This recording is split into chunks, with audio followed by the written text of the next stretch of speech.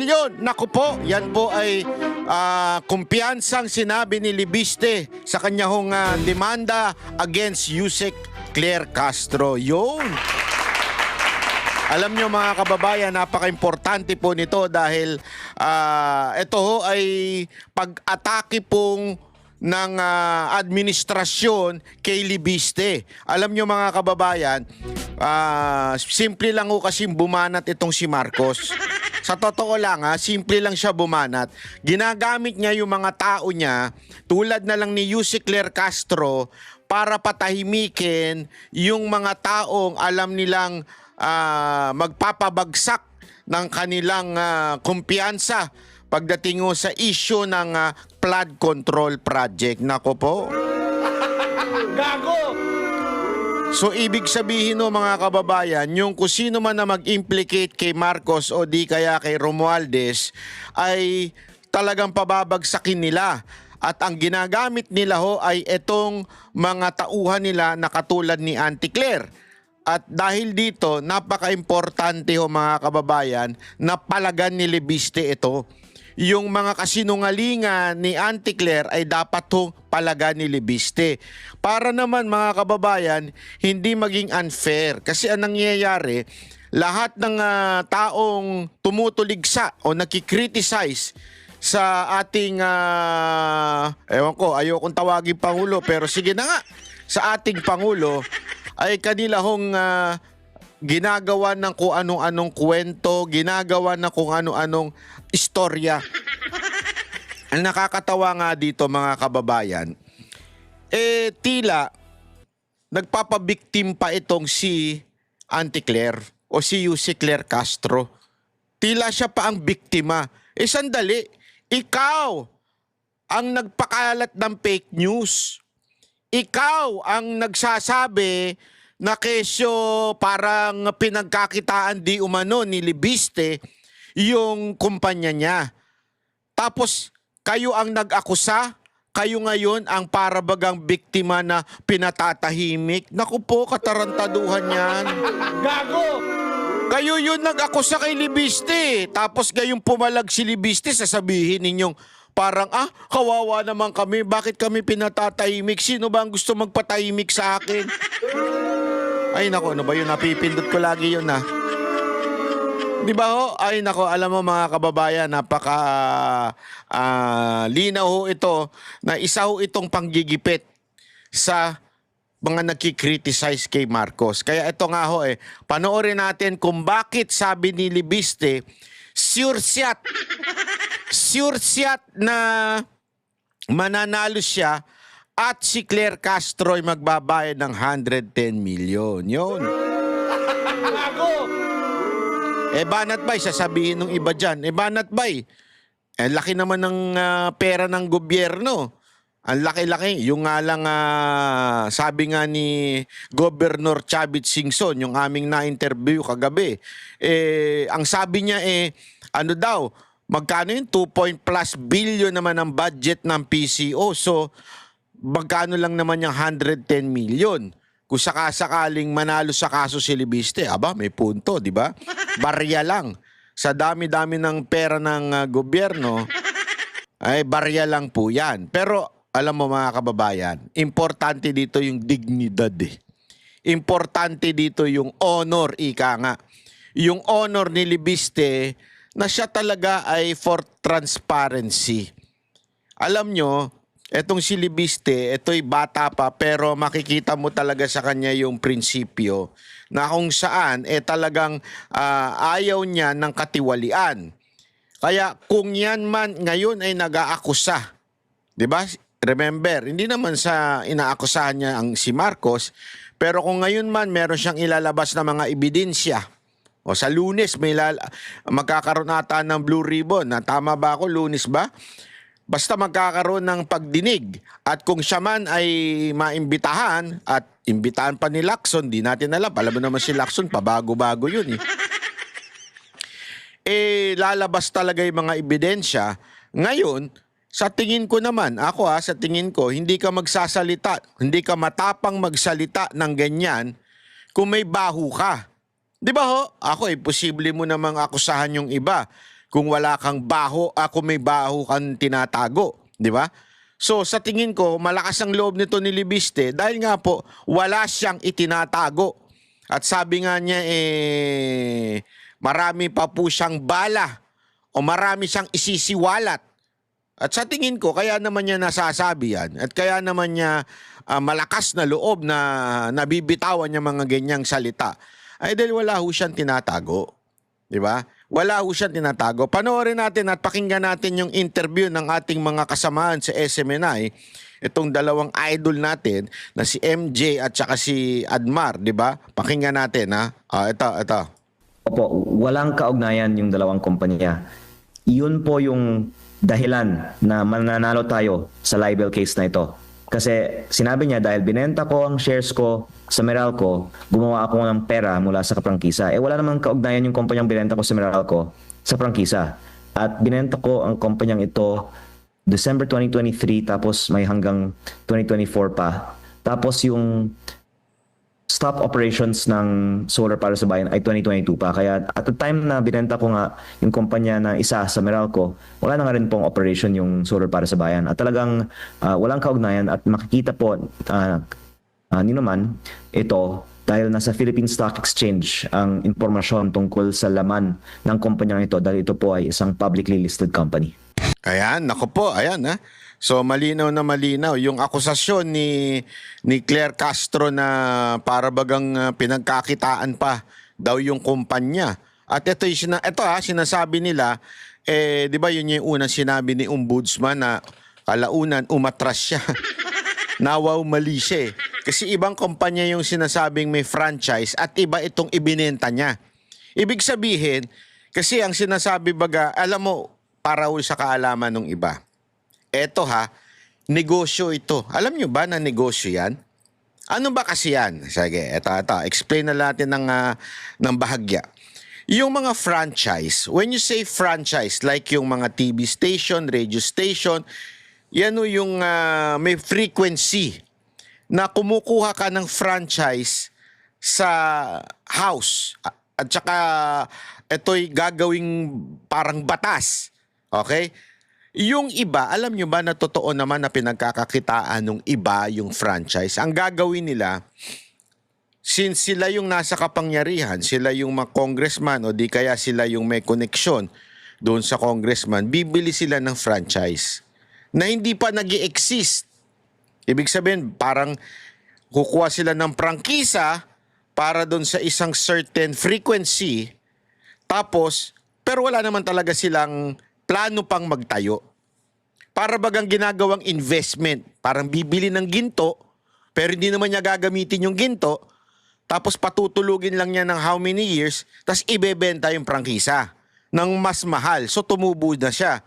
Alam nyo, ginagawa talaga yan, naikwento yan sa akin ng isang ng TV executive, ginagawa talaga yan ng mga ulul para kumita. Sila yung bibili ng franchise, tapos ibebenta nila ngayon sa mga negosyante. Pero may patong na. Ganon kagago yung mga yan eh. Ngayon, yung sinasabi ni Ombudsman na parang bakit siya nagbenta ng franchise without the abiso ng Congress, mali po yun. Kasi nga, hindi yun ang binenta niya, yung may prangkisa. Yan yung sinasabi ngayon ni Libiste. Na mali yung kumpanya. Ang problema, etong si Yusek Claire, ang sabi niya, sinabi ko lang naman yung ni-report ng mga media, sinabi ko lang naman yung sinabi ng Ombudsman. Ang hindi nila alam, nawaw mali sila doon. Hindi naman po pala yun. So, para bagang sinabi mo na kumita yung tao na hindi naman talaga kumita kasi nga, again, it's a company na iba. Panoorin.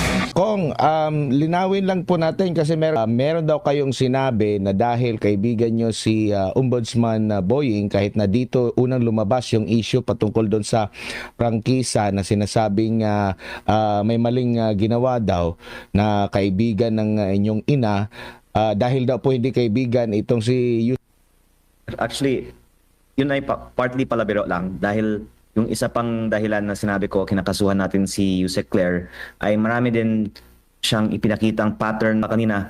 Mga 20 na ang mga episodes ng kanyang vlog patungkol sa akin. At kung hindi po ako nagkakamali, ngayong gabi may isa pang bagong episode na po ay may libelous mga statements. Opo, bakit po sa tingin ninyo libelous po yung kanyang quote lang niya ay itong si Ombudsman Remulla? Unang-una po, sinabi niya na sang-ayon siya sa mga sinabi. Tapos may mga dinagdagan din siya sa kanyang mga pahayag na sinulat ko po sa aming affidavit na sa tingin niya talagang dahil siya po ay isang vlogger, hindi naman lang niya trabaho na mag-report ng balita. Hindi po siya newscaster. Siya po ay nagbibigay din po ng kanyang opinion. At marami mga nanonood sa kanyang vlog, kaya baka yung mga nanonood naniniwala sa mga sinasabi niya. Kaya siya po talaga ay may hit ng 20 episodes ng kanyang vlog tungkol sa akin. Opo, maaari ba nating pag-usapan yung issue na yun na Congressman, lalo na yung allegation po ni Ombudsman? Parang binawin na nga nila yung sinabi nila eh. Ang sinabi po kasi nila, binenta ko ang prangkisa at gumawa ako ng binenta kong kumpanya ay hindi yung itinutukoy nila na may prangkisa. At mukhang hindi lang po siya nag-research kahit na nasa Google lang po ang impormasyon tungkol sa anong kumpanya ang binenta ko. Alinaw, di ba? Hindi yung may prangkisa ang binenta niya. Sabi nga niya, hindi man lang sila nag-Google. Pare-pareho pa lang ang... Ayoko naman sabihin tanga, pero... Pare-pareho silang hindi man lang nag-research at nagbintang dun sa tao. Ang Meralco mismo, sinabi din nila na binenta ko din naman din po yung kumpanya kahit hindi sa Meralco, pero hindi ko po siya binenta. At yung franchise mismo ay may mga provision din na kung after 2 years, walang operational po ang kanyang operasyon dahil hindi po siya nabigyan ng mga necessary government permits sa taong 2022. At for many of these po, na kumita ako sa negosyong ito. Dahil gusto ko pong mag-comply with exceeding caution sa batas, itinigil namin ang sa batas. Opo, ang nababanggit nyo po na may prangkisa, itong Solar para sa Bayan Corporation. Linawin ko lang po, existing pa rin yung kanyang Operasyon mula 2022 pa, ayon sa provision ng prangkisa, within 2 years, ipso facto revoked o automatic repeal o amend ng mga legislative franchises na tulad nito. Kaya basis din po sa General Law ng 2022 na ang DOE ay magbigay din ng implementing rules and regulations na hindi po inilabas ng DOE. Para sa maraming mga dahilan, na revoke na po ang prangkisang ito. Pero hindi talaga ito hindi na mag-operate. Actually, ako po ay nag-invest para sa mga planta ng kumpanyang ito at napakasakit po na kahit nandoon yung mga solar panels, hindi po sila umaandar dahil hindi po ibinigay ang permit to operate ng plantang ito. Opo. And needed pa ba ng Solar na para sa Bayan Corporation na mag-info sa Kamara na hindi kami nakapag-operate na since 2022? Or automatic na po yun, batay po sa batas sa prangkisa ng SPBC? Definitely po automatic kasi napakalinaw po sa batas nakalagay ipso facto revoked. Pwedeng sinabi na sana na kailangan mong i-notify ang Kongreso kahit walang sabihin lang na revoked, nakalagay ipso facto revoked. Pangalawa po, separate point yung my general law na nakalagay that this new law, here are the legislative franchises affected by this law. Opo. Kung i-google mo ang nabanggit na pag-divest po nyo po, marami na mga artikulo lumalabas dito po sa SPNEC, yung SP New Energy Corporation. Alin po ba yung nauna, sir? Ito o yung SPBC? At ano po yung connection nito sa dalawa? Nabanggit nga ng Meralco last time na, na separate itong dalawa na ito. Opo, walang kaugnayan yung dalawang kumpanya. Yun po yung dahilan na mananalo tayo sa libel case na ito. Kasi sinabi niya dahil binenta ko ang shares ko sa Meralco, gumawa ako ng pera mula sa prangkisa. Wala namang kaugnayan yung kumpanyang binenta ko sa Meralco sa prangkisa. At binenta ko ang kumpanyang ito December 2023, tapos may hanggang 2024 pa. Tapos yung stop operations ng solar para sa bayan ay 2022 pa. Kaya at the time na binenta ko nga yung kumpanya na isa sa Meralco, wala na nga rin pong operation yung solar para sa bayan. At talagang walang kaugnayan at makikita po nino man ito dahil nasa Philippine Stock Exchange ang impormasyon tungkol sa laman ng kumpanya ito dahil ito po ay isang publicly listed company. May nakikita na po ba kayong pattern or dahilan na duda po ninyo? Bakit? Saglit lang, ako yung naglalabas ng mga issue na imbestigahan, itong mga issue ng corruption, lalo na itong sa Cabral Files. Bakit ako na naman yung iniimbestigahan? Unang-una po, nagsimula lang po si Yusek Castro sa kanyang mahigit 20 episodes na tungkol sa akin matapos kong ibinunyag na hawak ko ang files mula kay Yumaong Yusek Cabral. At nung... Grabe, no? Pagkatapos, alam mo yun, kung kailan niya ilalabas na yung Cabral files, tsaka siya ginawa ng kung ano-anong peking issue. Ayan, alinaw na yung paliwanag eh. 'Di ba? Wala na yung prangkisa na yun dahil nga doon sa natapos yung 2 taon ng wala akong operation. So ngayon, kung kailan, alam mo yun, kung kailan ilalabas niya na yung Cabral files, bakit takot na takot sila na ilabas yung Cabral files na yan para gawan pa nila ng istorya itong congressman na ito. 'Di ba? Anong kinakatakutan nyo diyan sa Cabral files? Meron ka bang allocation diyan, Yusek Claire? O baka naman yung amo mo yung naglagay sa posisyon ang may allocation diyan. Kasi ang bali-balita, hindi ko sure kung totoo ito. Ang bali-balita ang talagang naglagay dito kay Yusek Claire walang iba kung hindi si First Lady. Kaya ang tapang nitong Yusek Claire na ito kasi talagang inilagay daw, yan ang kwento. Ewan ko kung totoo, sagutin mo na lang yan, Yusek Claire. Ang kwento, itong si Yusek Claire, talagang nilagay daw ni First Lady para banatan ang mga Duterte. Yun ang purpose niya dyan. Ngayon, bakit ikaw ang number 1 na pumapalag dyan? At sabi nga nito ni Libiste, naka 20 ka na vlog. Naku po, binilang talaga. Naka 20 ka na vlog tungkol dito sa kanya. Bakit gigil na gigil ka? Alam mo, pagka mga ganyan, yung gigil na gigil, yung tipong talagang mayat-maya, may ibig sabihin yan. Diba? It's either may kinikita ka dyan, tanong lang yan ha, may kinikita ka ba dyan? O baka naman talagang inutusan ka, oy, durugin nyo to bago lumabas yung Cabral files. Inutusan ka ba ni First Lady? Ako, nagtatanong lang ako sa'yo ha. Nasabi niya na binenta ko yung prangkisa tapos kinorek siya ng Meralco. Humanap naman siya ng ibang sinabi na may multa daw ako sa DOE. Na nilinaw ko din po, ang kumpanyang binenta ko sa Meralco ang may naturang multa. Hindi po ang kumpanya ng pinag-aari ko. Kaya lumalabas na humahanap sila ng kahit anong mahanap nilang butas at pag hindi sila makahanap ng butas, gagawa na lang sila ng kwento. At kahit po ang iba na... Alam mo, ang hindi kasi, ang na-underestimate nila dito kay Libiste, yung bago si Libiste nagsalita, ano siya alam mo yun, research. Tapado niya. Sigurado ako, mayroon to mga abogado Sinigurado niya na siya ay walang problema doon sa mga kumpanya. Kasi alam niyang sisilipin 'Di ba? Binanggit niya yan. Alam niya sisilipin yung kumpanya niya. Kaya sinigurado niya muna na malinis siya, walang problema, bago siya bumanat. Underestimate siguro nila. Kalkalin natin ito. Kinalkal nila. Tanga naman yung pagkakalkal. na may mga ganitong aligasyon, hindi naman po ginagawang topic ng napakaraming mga vlog ni Yusek Claire Castro. Ang nakakalungkot, siya po ay hindi lang kahit sinong vlogger. Siya po ay spokesperson ng ating gobyerno. Yun lang.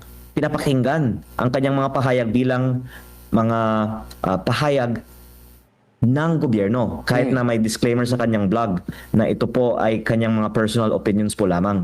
At syempre ang mga investors sa Pilipinas man o sa ibang mga bansa ay hindi ma-encourage na mamuhunan sa isang bansa kung saan ang presidential spokesperson na may vlog ay maaring manira lang, lalong-lalo po ng mga hindi totoong impormasyon sa mga pribadong investor na hindi naman kumukuha ng kahit piso mula sa gobyerno. Itong lahat po ay mga kusang investment para magtayo ng mga establishmento na magbibigay ng mga trabaho sa mga kababayan natin. At dagdag ko din po na meron tayong ongoing na pinakamalaking proyekto sa Pilipinas na renewable energy, na pinakamalaking investment din ng dayuhang kumpanya sa taong 2025 sa Pilipinas. Ito po ang binenta ko sa Meralco. Kaya ko po ito binabanggit dahil una, nakakahiya sa mga namuhunan sa mga proyektong ito na biglang naging issue ang maling impormasyon tungkol sa mga solar projects at pati na rin po ang ibang mga stakeholders na may kaugnayan sa ongoing proyektong ito. At pangalawa, nililinaw ko din po na hindi din totoo na 2% lang sa commitment ang i-deliver dahil si Pangulong Bongbong Marcos ay mismong naging guest of honor sa groundbreaking ng pinakamalaking renewable energy project sa Pilipinas ng kumpanyang itinatag ko noong November 2024. Nakapost ko po sa aking Facebook page ang speech ni PBBM kung saan pinuri niya ang proyektong ito na nagbibigay ng mahigit 10,000 na trabaho para sa ating mga kababayan sa Nueva Ecija. Opo, kung ang nabanggit ni Yusek Castro, kaya daw niyo siya sinampahan ng kaso para patahimikin. Actually, kung hindi siya tatahimik, okay lang din po sa akin. Kasi kung mananalo ako sa kasong ito na 110 million pesos, tapos tuloy-tuloy siya magsasalita ng fake news, edi kakasuhan ko siya muli para sa nagdagang 110 million pesos. Kaya, Palakpakan! Ang sarap na negosyo nito. Ang galing din ito si Leviste, no? Tama yan. Talagang every time naglabas siya ng fake news tungkol sa'yo, demanda mo. okay din po siya na hindi na lang tumahimik. Opo. Bago lang si partner. O ayan ha, malinaw. Yusek Ler Castro. Okay lang na huwag ka nang tumahimik. Tuloy-tuloy mo lang yan. MJ po. Yun nga po yung next na tanong ko po dahil parang nagkakaroon siya ng dual entity at hindi lahat nakakaintindi na meron siyang dual entity na isang nasa opisyal ng communications ng national government and at the same time may nagpapahayag ng sariling kanyang opinion sa kanyang vlog. Nais niyo po bang mag-stick siya sa isa lamang po? Kasi naalala ko, last administration mahigpit na ipinagbawal din kasi may mga vlogger din, kilalang vlogger na nasa communications din po, pinatigil sila sa kanilang vlog o di kaya pinapili siguro dahil Ayan, si Mocha yan. Totoo yan, totoo yan. Kaya nga, napakatarantado ng media ngayon eh. Di ba? Napakatarantado ng media. Dati doon, tinadtad nila si Mocha. ASEC lang si Mocha. Hindi tagapagsalita. Hindi press officer. Ibig sabihin, hindi niya papel ang magsalita para sa presidente. Hindi niya papel ibalita ang ng presidente. Meron talagang sariling spokesperson ng presidente noon. Sila Sec Martin, si Attorney Panelo, o kaya si Spokes Harry Roque. Hindi trabaho ni Mocha yun, pero binawala nilang mag-vlog ng sarili. Pinupuna nila pag nagbablog ng sarili. Di ba? Bakit ngayon itong mga tarantadong mga media na to walang imik? Kasi nga, mga bayaran to mga media na ito ng Malacanang. Nasa gobyerno ka na at ang tingin sa iyo, ikaw yung kumbaga nagiging tagapagsalita na at lahat kung saan kang lugar, kumbaga ang lalabas sa bibig mo, opisyal na statement ng pamahalaan. Tama po. At naisip ko lang ngayon, baka may legal prohibition nga sa pag-negosyo sa vlog niya habang siya po ay presidential spokesperson. Baka pwede nating pag-aralan. Gusto niya kasing kumita, yan ang totoo. Freedom of speech, freedom of speech. Gusto niya lang kumita. Vlogger kasi yan eh.